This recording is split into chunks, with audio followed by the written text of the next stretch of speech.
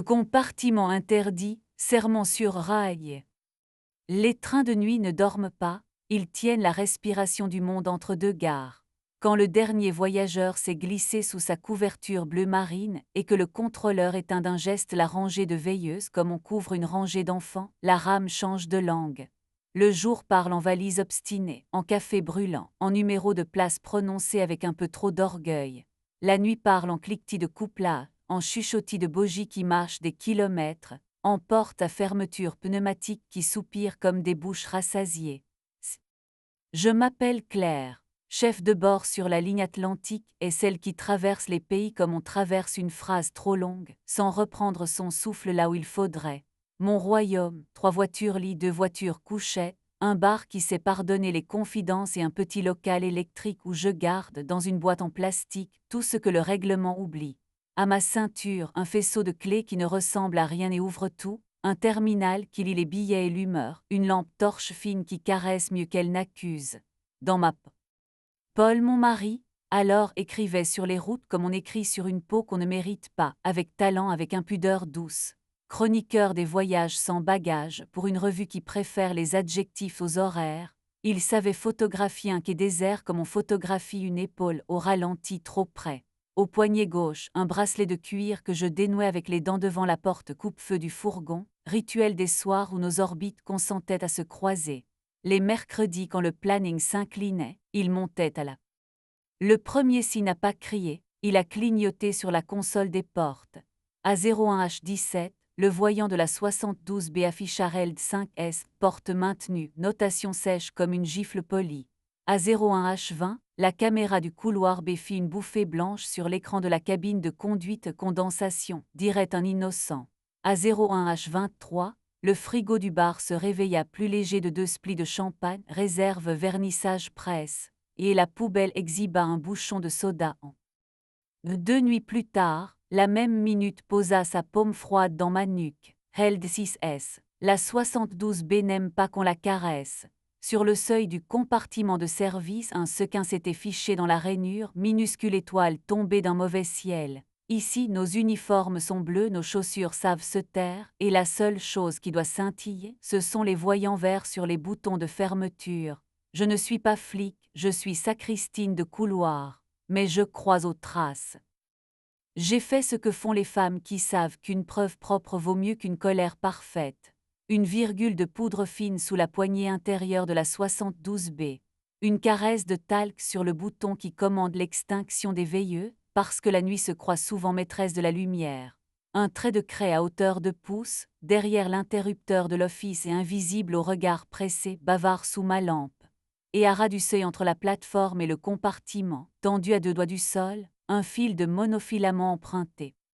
Et elle avait un nom qui se prononce caméra allumée, Lina Voyage, influenceuse de trains de nuit et d'hôtels où le silence se paie avec un code, poignée de main qui exige l'accès, baskets qui écrivent créatif sur le lino, sourire au bord vernissé.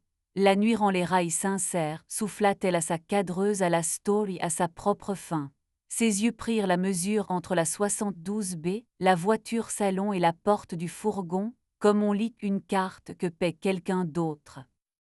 Paul posa sa main sur mon planning comme on pose un couvercle trop poli. On devrait l'avoir, dit-il. Le verbe était superflu, mais j'ai traduit la conversation. Ouverte, posa-t-il entre nous comme une valise trop lourde.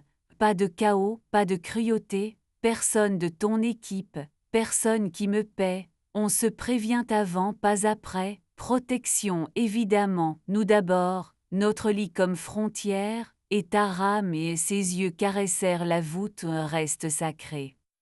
Je fis ma liturgie de blague sur mon rôle de gardienne des portes, sa bouche éteignit la blague avec une douceur presque administrative. Nous avons signé sur peau. Le train reprit sa vitesse comme pour applaudir. Le matin me rendit mon fil, roulé en boucle morte sous le seuil. Sous ma lampe rasante, le talc racontait une paume qui se croit invisible.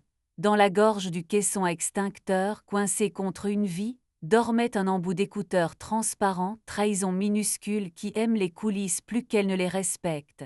Paul discipline ses cheveux avec des pinces mates. Les éclats clairs appartiennent aux bouches qui veulent s'entendre pendant qu'elles mentent. 3 semaines, nous avons vécu comme des citoyens d'une frontière où le douanier sourit. Il disait avant, je posais la main sur les portes quand elles doutaient, je réconciliais des tempes avec leurs oreillers, j'expliquais aux amoureux que le bruit ne pardonne rien. Lina glissait, postait se filtrant pour mieux disparaître. La rame respirait comme une poitrine délacée. Notre pacte tenait, puis jeudi se souvint qu'il avait été inventé pour trébucher.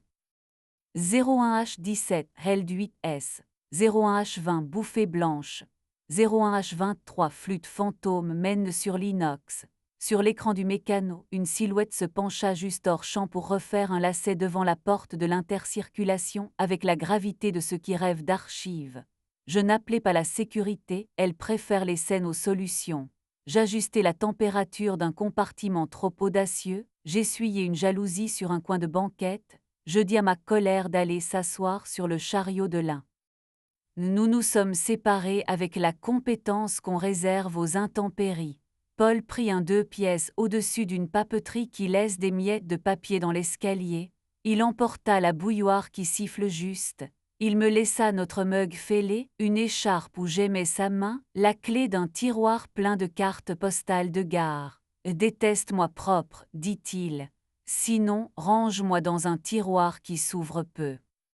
J'étiquette bien, répondis-je, et je rangeai ma main, et ce qu'elle savait encore, dans un tiroir sans bruit. Le travail me reprit avec ses gestes exacts, vérifier les freins à main qui se prennent pour des confidences, calmer une panique qui a confondu tunnel et tombe, poser un plaid sur une solitude qui n'a pas payé pour ça. Une apprentie crut tuer une porte en l'ouvrant contre le vent, elle n'avait fait que réveiller la mécanique. Je lui appris la vitesse qui répare lente. Un voyageur me tendit une bague tombée entre 2 sièges, je la consignai comme un talisman. Le train pardonna ce qu'il put. Il arriva à 02H03, caisse pelican à la main, odeur de métal sage et d'huile propre. Naïm, technicien de rame, l'homme qui parle au compresseur comme d'autres aux chevaux. Il sentait le caoutchouc, la poussière domptée, et la fatigue loyale de ceux qui mesurent avant de promettre. Sur son majeur gauche, une cicatrice pâle dessinait une virgule, souvenir d'une porte qui s'était crue théâtre. Il posa l'oreille, oui, l'oreille contre le flanc de la 72B, tapota du dos de l'ongle jusqu'à ce que la plainte change de note. Tout ce qui vaut qu'on le garde, dis-je en lui tenant la lampe. Quand je lui passai la clé à laine, nos doigts se cognèrent, l'électricité prit la route prévue. Notre premier baiser eut lieu dans l'espace étroit entre 2 voitures, sous la petite lampe jaune qui ne juge personne.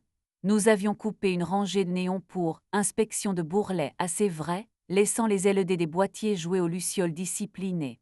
Naïm posa sa paume sur mon sternum avec la précision de ce qui liste un souffle à travers une veste. Je glissai la bouche au bord de sa mâchoire, juste avant l'oreille, ce territoire où le souffle choisit sa langue, et les soufflets dociles gardèrent leur rythme pendant que nous. Avec Naïm, la précision portait la chaleur comme une veste coupée juste. Il aime mon pouce posé sur la veine à l'intérieur de son poignet, mesure sans jargon. Il aime ma lenteur dans un monde qui trafique l'instant.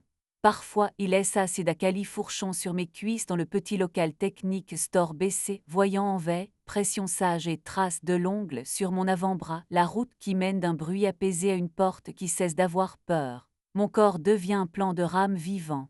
Nous écrivons des règles. Si vous attendez une vengeance habillée de vertu, je vous ferai rater votre correspondance. J'aurais pu imprimer les journaux d'événements, encercler des minutes, brandir la mène comme un étendard, déposer tout cela sur le bureau d'une direction qui confond discipline et théâtre. J'aurais pu apprendre à Lina la différence entre autorisé et bienvenu. J'aurais pu exiger de Paul qu'il apprenne la mémoire des portes comme je la signe chaque nuit. Mais un train est un sanctuaire pour d'autres vies que la mienne. La femme qui traverse à minuit avec une valise. Paul et moi avons appris une grammaire qui ne mord pas. Il a gardé sa chronique sur l'ouverture parce qu'il écrit bien et que je ne suis pas petite. Parfois, il m'envoie la photo d'un basilic obstiné sur son rebord de fenêtre, je réponds par la capture d'un écran, tous voyants verts porte sage à larmes muettes. Fier de toi, a-t-il écrit la nuit où j'ai calmé d'une main et d'un sourire, un passager prêt à confondre cabine et confessionnal. Les lettres sont entrées sans mordre. Lina flotte encore, caméra en laisse, tirant des aveux des couloirs comme si elle en payait le ballast. Nous nous sommes croisés sur le quai d'une petite gare où les lampadaires connaissent les prénoms. Elle m'a offert ce salut de 2 doigts qui marche mieux en story qu'en vrai. La nuit rend les rails sincères, a-t-elle tenté. La nuit tient les comptes, ai-je dit, ce qu'on fait aux portes, ce qu'elles nous font en retour. Elle est la souris d'un sourire qui confond élégance et permission, et la rame a expiré comme un animal sage. Le train a repris sa phrase. Les nuits ont retrouvé leur honnêteté. Une apprentie a rendu à une serrure la respiration qu'elle avait perdue, je lui ai prêté mes mains, pas mes larmes. Un vieux voyageur a confié son chagrin à la vitre, je lui ai offert un plaid et la phrase qui sauve, laissez la voie libre. Un capteur a hésité, puis s'est souvenu de sa promesse. Le train a pardonné ce qu'il a pu. Il m'arrive de m'assoupir sur la banquette du local, à une heure que mon téléphone appelle incongrue. Si le tibia de Naïm repose lourd sur ma cuisse, virgule exactement à la place où la phrase la voulait, je pose la main le long de sa gorge et j'attends le petit soulèvement qui signifie oui. La différence entre une fin et un aboutit à une température, une odeur de caoutchouc sage et d'air tiédi, et un goût de métal qui n'a plus peur. Ma paume la lit mieux que ma bouche ne saurait la vendre. Des mois après que la craie a regagné son tiroir, la fondation de la ligne a organisé Nuit sur Rail, un gala où l'on baptise la générosité dans des vers trop fins. J'ai porté du bleu l'uniforme qui pardonne aux projecteurs quand ils mentent. La chef des mécènes m'a demandé sans dire Naïm s'il était doux. Nous savons désormais offrir les prénoms comme des fruits, pas comme des pierres. Il est exact, ai-je dit. C'est le mot de ma religion, tendresse avec Manuel. Paul est passé, bracelet que mes dents reconnaîtront toujours. Sois bonne, a-t-il dit, pas bénédiction, consigne. Nous avons touché nos verres d'eau, l'eau garde les mains honnêtes et chacun a regagné sa voiture. Les trains ne font pas la morale. Ils font des marches d'essai, des checklists, des 1000 petits gestes conçus pour que des inconnus ne brisent pas leur nuit contre des promesses trop fines. À la nouvelle chef qui glissera la tête par la porte du local, yeux trop grands, et me demandera quoi faire de la partie du travail qui refuse la procédure, je dirai ce que je me dis quand une porte m'offre une scène pour mon orgueil, consigne, respire, décide, garde le sanctuaire sacré, ne demande pas au wagon de porter ta rancune, garde si tu dois la.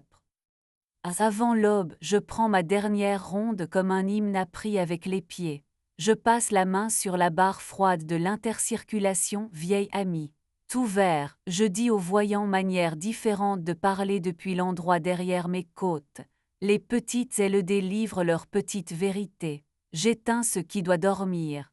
Je tourne une clé, toute une profession pliée dans un clic, et j'ouvre la porte sur le quai. Parfois Naïm est déjà là, crayon derrière l'oreille, odeur de métal sage et de sommeil rendu. Il pose sa paume sur mon sternum comme un artisan qui fait confiance à son oreille. Je pose la bouche sous son oreille, là où le souffle fabrique la seule langue qui n'a besoin de personne. Je garde le seul serment que j'ai pris sans papier, les sanctuaires se bâtissent, ils n'aiment pas la scène, l'amour est une routine qu'on annote au matin, je n'utiliserai pas ces portes pour exposer ma vengeance. Si mon voyant tous encore à 01H17,